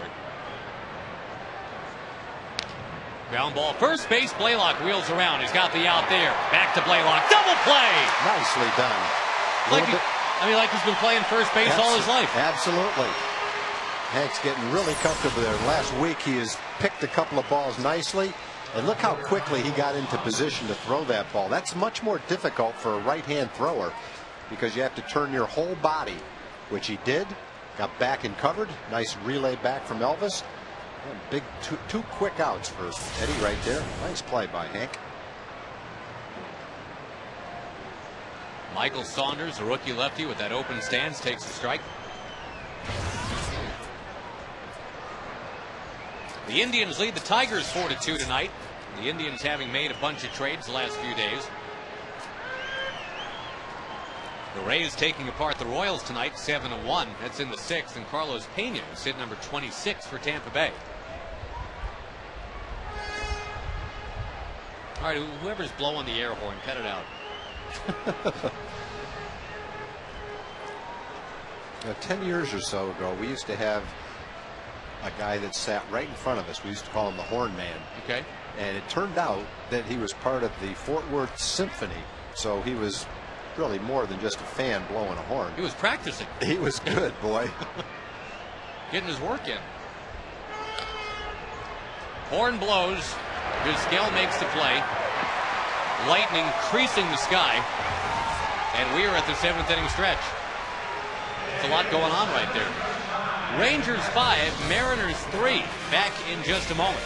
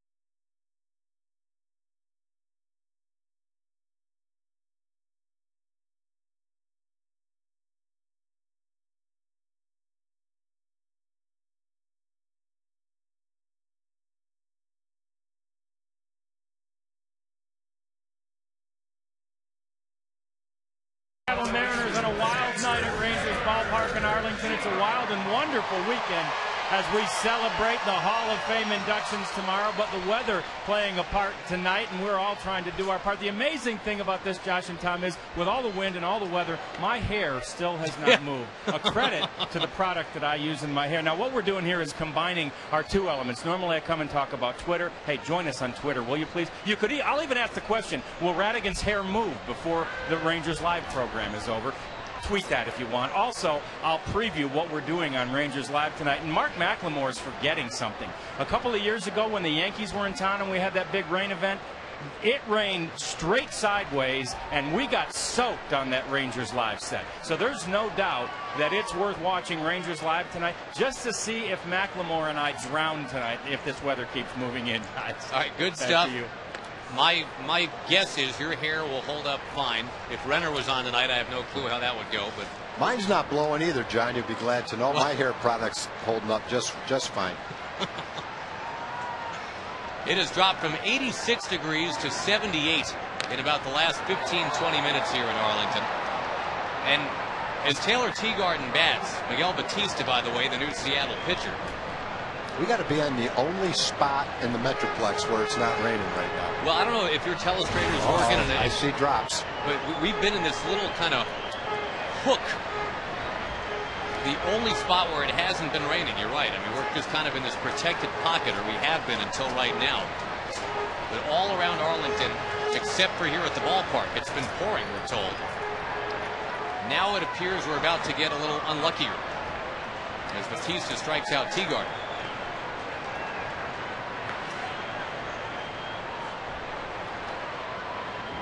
The Rangers have only had one rainout ever in the month of July.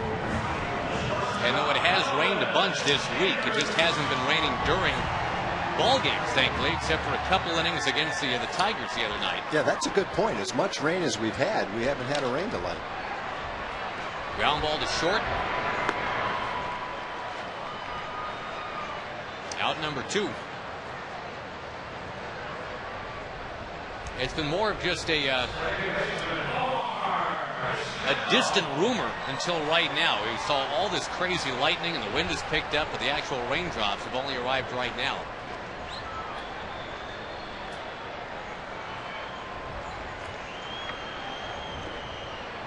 That one bouncing away from Vizquel.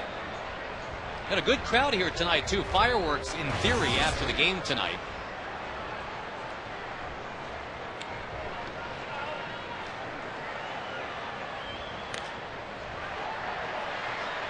All right, here's one up in the air in that swirling wind, but into the crowd it goes.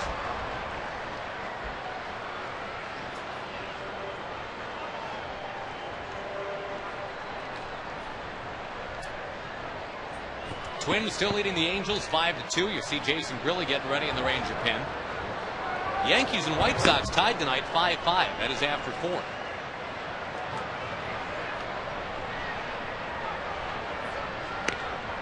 Wave and a miss by Omar against his former team.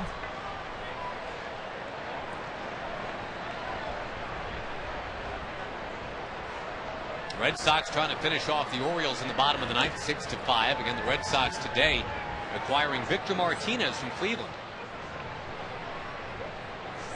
And I guess going forward, if this is Jason Varitek's last year in Boston, that's a guy that could slide right in. Yeah. I'm not sure what his contract status is. I think they've got an option on him for next year at a pretty good price. Base hit Vizquel in the right field. 2 hits, 3 hits for Omar tonight. Michael Young will come up with the Rangers leading 5-3.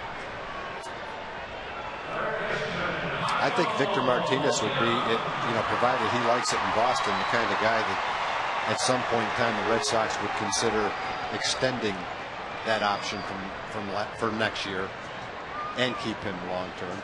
He evidently is a terrific kid, good teammate, kind of guy that can be a big part of your organization. So I would imagine they'd try to sign him.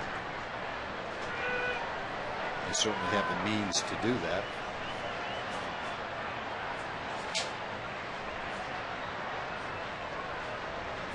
Strike one to Michael Young. That one backhanded by Jojima. Check your forward leaderboard in honor of the Ranger Hall of Fame weekend. Michael Young, who will absolutely be in the Ranger Hall of Fame someday, 3rd on the all-time hit list.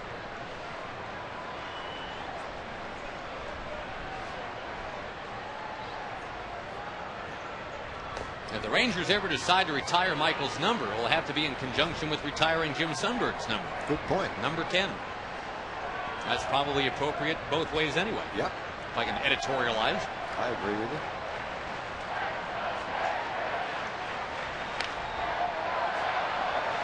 Talk about long-term, long-time fan favorites, guys that just played hard and played right. Both of them wearing that same 1-0. Oh, here comes the real rain now, Mr. Grieve.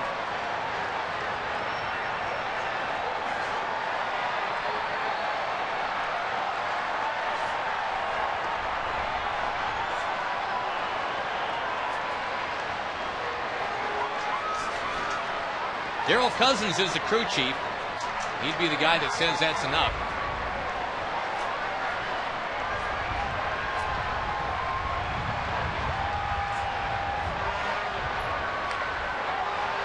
Wiskel running in the rain. Michael Young fouls it. All right, so we've stayed out of the car wash long enough. Now we're in it. Well, they got to stop the game. Yep, Daryl Cousins has said exactly that with a 3-2 count on Michael Young. And a deluge now at the ballpark. They will halt the proceedings. Good news is it's an official game and the Rangers have a 5-3 lead. Also, it's good for the crops. But the bad news is we're going to have to call a little timeout on the Fuego right here. Well, the fans have a positive mood about all this. That is, hey, you know, it's fun. It's an adventure. Let's see how wet we can get. This could be a fun next half hour to hour, but if you don't like rain, sorry, you're just kind of out of luck right now.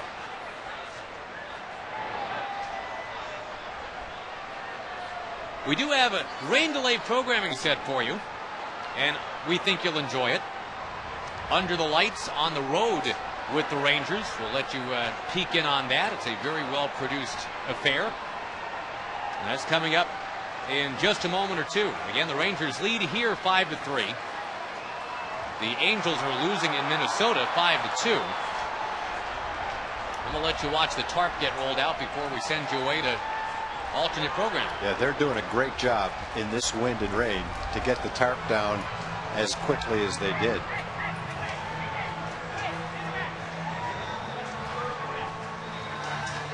The Marlon Byrd home run back in the 5th inning was the key blow tonight, that 3-run shot.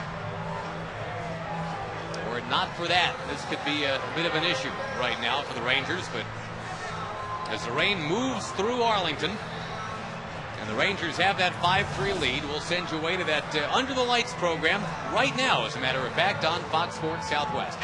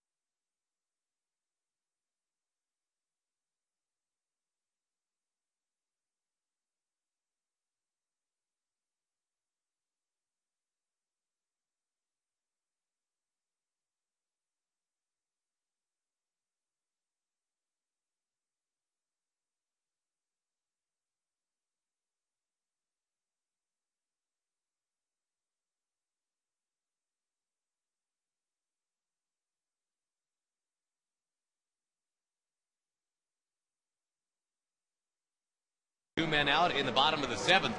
And a 5-3 Ranger lead tonight. A very interesting night at the ballpark, a night where the Angels have come back in Minnesota. The Red Sox have already won as we track the wild card and track the AL West. Earlier tonight, take it back to the first inning with Vicente Padilla making his first start in a couple of weeks. Jose Lopez, a 2-run shot to give Seattle a 2-0 jump tonight. But then the Rangers rallied. Taylor Teagarden with a score now 2-1, his second homer of the year. 2-2, and then the Rangers with a couple of base runners right before the rains came. Thank you, Marlon. Left field bleachers, 3-run shot, 5-2 Texas at that point. Seattle got one back in the 6th. Then it started raining, just silly rain.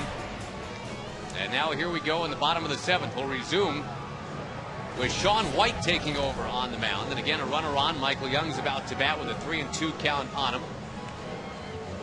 Boston over Baltimore 6-5. That has been final for a while. And boy, the Angels, who were down 5-2, scored the last 9 runs of that game, including a 6-run top of the 11th.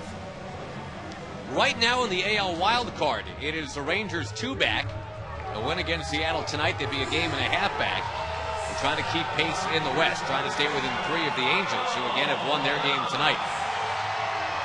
So here we go, a rain delay that began at 8:51 p.m. and we resume now at about 11:08 p.m.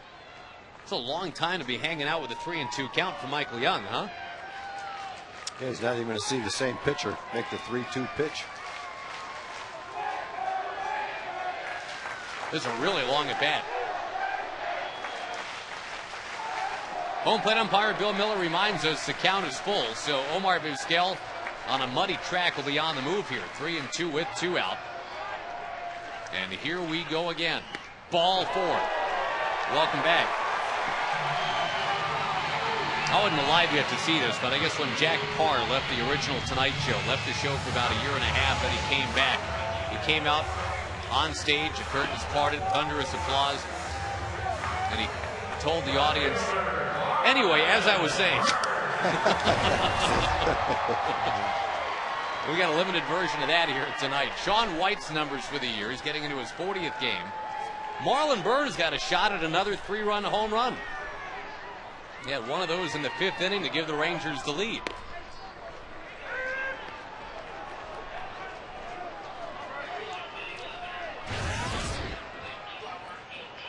Two hours, 18 minutes for the rain delay. As you look at Marlon's first 3 at-bats, a strikeout, a rollout to the catcher, and then the 3-run home run. Little bloop, foul ground, and a bobble and a drop by Russell Brandon to prolong the at-bat.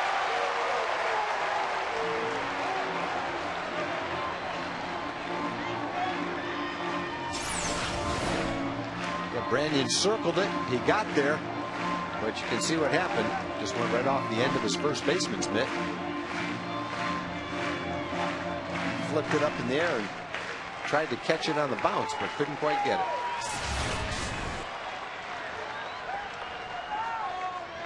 Nelly Cruz on deck. And a 2-strike count to Marlon Byrd. Looper. And this time it's Lopez who will make the catch to finally end the 7th inning. But we're underway with more baseball. The Rangers need to get 6 more outs before they can claim a win tonight.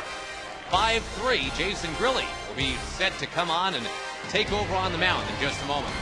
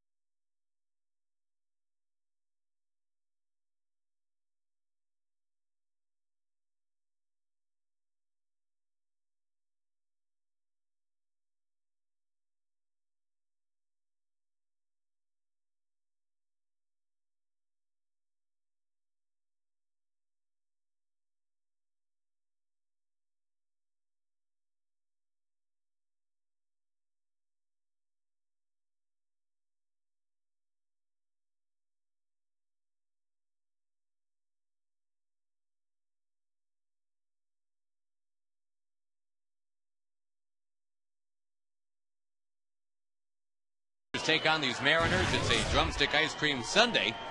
Kids 13 and under get ice cream for just $1. That's sponsored by Jack FM, 972 Rangers or TexasRangers.com. Two-way to get your tickets. Well, a lot of the fans have moved down close now. They shot off the fireworks during the rain delay. So those who were here just to see the fireworks, they got theirs. Now they're headed on out. Jason Grilli against Ichiro as we go to the 8th inning. We'll set the numbers for you on Grilli in just a moment. Rangers got him from the Colorado Rockies a couple months ago. Like Darren O'Day from the Mets, simply a tremendous pickup, a 1.1 ERA. Ichiro, a bullet, and Blaylock's got it. That's a big one because that could be down in the corner for a double right there if it gets by Hank.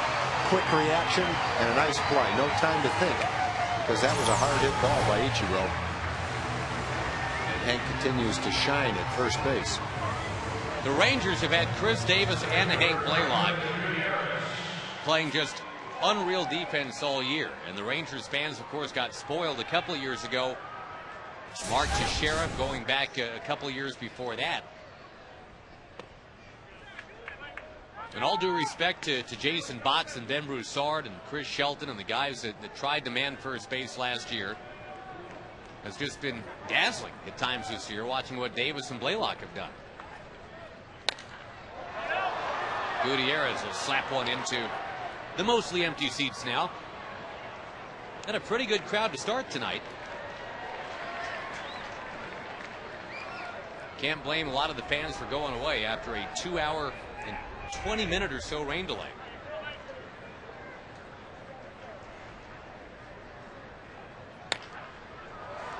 Another one into the seats.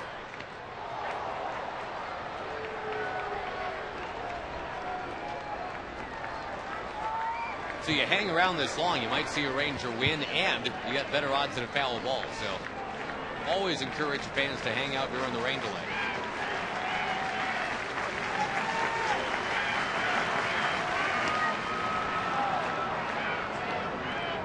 The Rangers trying to make it 10 wins in their last 12 games. We mentioned earlier they're on a 92-win pace, which most years, doesn't matter what division you're in, that is good enough to somehow get in the postseason. We went back to 1996, the first year that the wild card was going with a full 162-game schedule.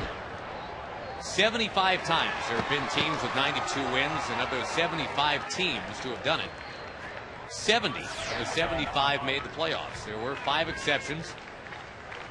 Rangers hoping not to be one of them, but first you got to get to 92 wins.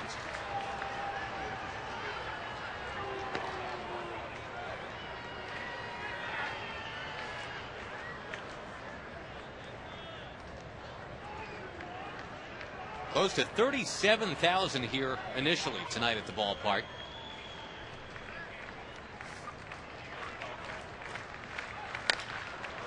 In the air, right center, pretty well struck by Gutierrez. Long run for Hamilton, it's over his head. Gutierrez has been swinging a great bat this entire month.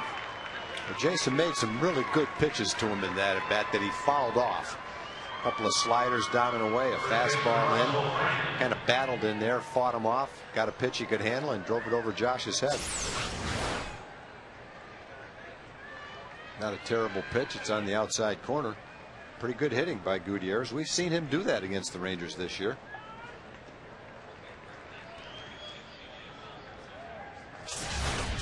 I got to be careful here with Russell Brandon. He's the Mariners' best power option, 24 home runs.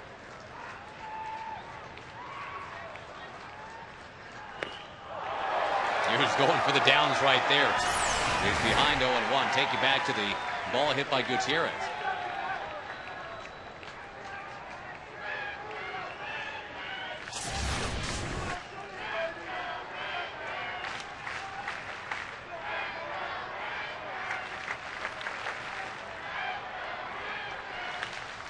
Now Grilli hops ahead here, 0-2.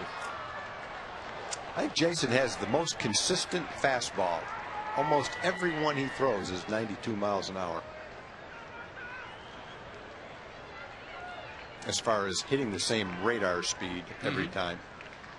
Very seldom we see anything higher. Occasionally you will, but not a whole lot lower between 90 and 92.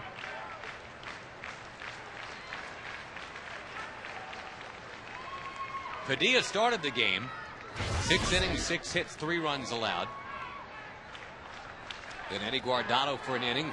Just the 1 hit allowed, nothing else.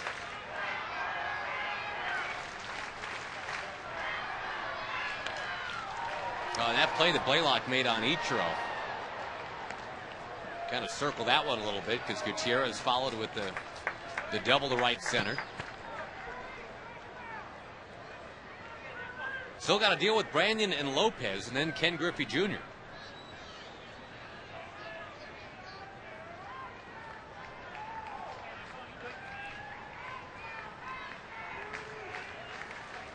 Brandon couldn't connect. Teagarden's got to throw him out, and he will. Out number 2. They pounded him with fastballs, then threw a slider in the dirt and got him to chase it.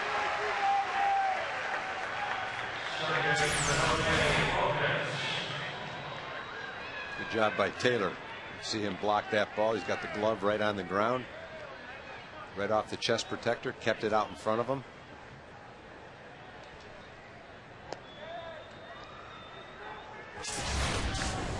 Jose Lopez has made solid contact 3 times tonight, including his 14th home run of the year.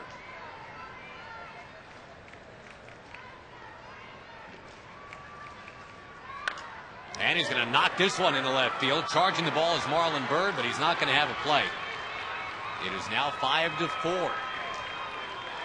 Lopez has been super aggressive tonight. A lot of first pitch swings. C.J. Wilson is ready in the bullpen. One of his childhood heroes, or at least teenage-aged heroes, is about to bat against him. Ken Griffey Jr. with the game on the line.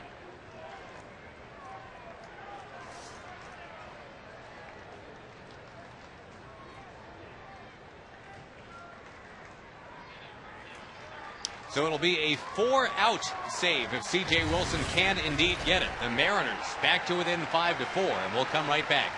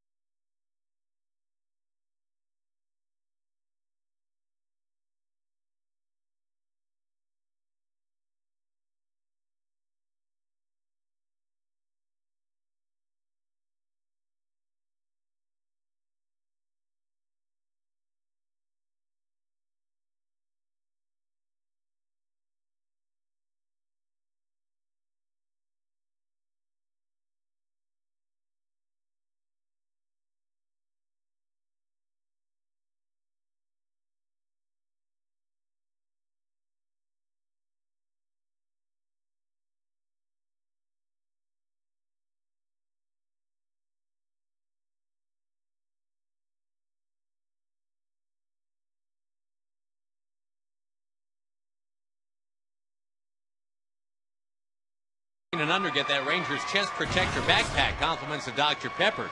TexasRangers.com or 972 Rangers. The 2 ways to make sure you've got your tickets.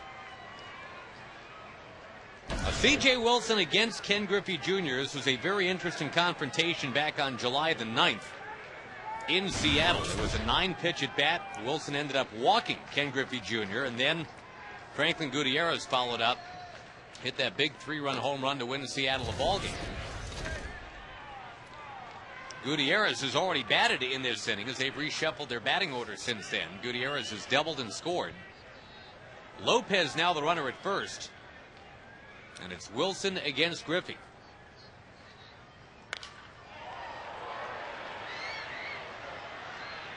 The 4 plate appearances that Wilson has had against Griffey, he has struck him out twice, walked him once, and gotten him on a ground out.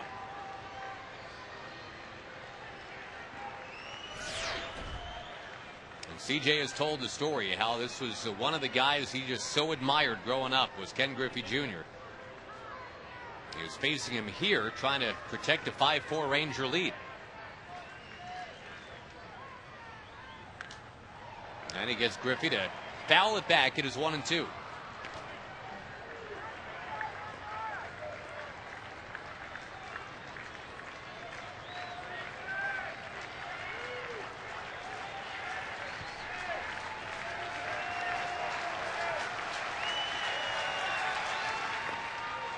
Laid off a good pitch right there. A good slider. Down in the count, 1 ball and 2 strikes. He'd seen some good high fastballs. Kind of the same sequence of pitches that Russell Branyan saw. Jason got him to swing at that pitch. CJ couldn't get Griffey to swing at it. Wilson with a snow cone catch and an underhand toss to get Griffey. Gonna hop over that chalk line for good luck, and the wolf howl in the distance, celebrating CJ Wilson.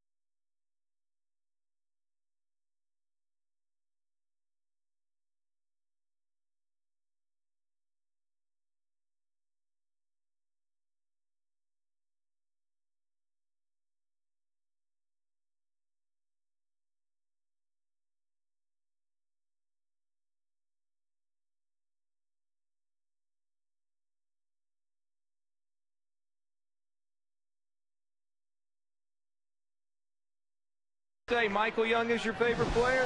You bet. Anything else to say, Trevor? There you go. Here's the Progressive tote bag. Happy birthday, a hat and a shirt. Josh?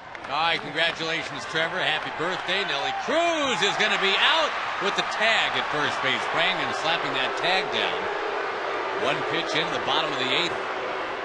1 man down. It's still 5-4 Rangers following a 2-hour, 18-minute rain delay. And the question for the umpire is not whether he tagged him, it's whether he tagged him before he touched the base, and he did. Good call by the first base umpire.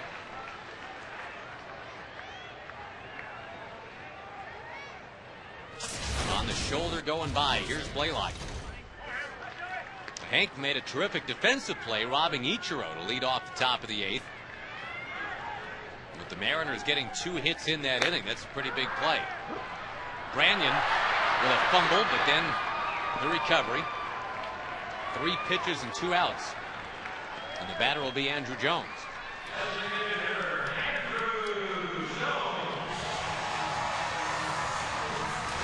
Padilla's online for the win, and CJ Wilson, already in the game, is going to have a chance for a save. CJ was summoned to face Ken Griffey Jr., got him on that comebacker, and CJ had to really show us some vertical to go up and get that ball.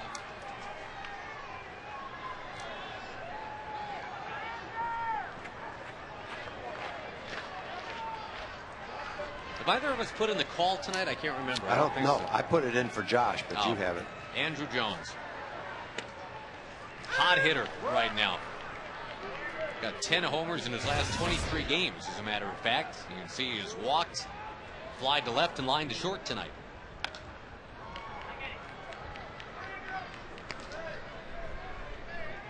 The Red Sox beat the Orioles 6-5. David Ortiz, number 15. Kevin Youkilis, number 18. John Smoltz the win. Only his second as a Red Sox. Red Sox trading for Victor Martinez today. And the Indians, without Victor Martinez, pulling out a 6-5 win against the Tigers in 13.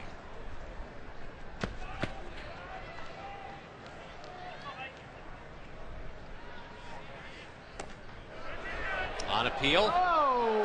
Yeah, they're saying he went. Andrew Jones does not like the call. The Mariners, one last shot at it here to tie it up or take the lead. C.J. Wilson trying to prevent that when we come back.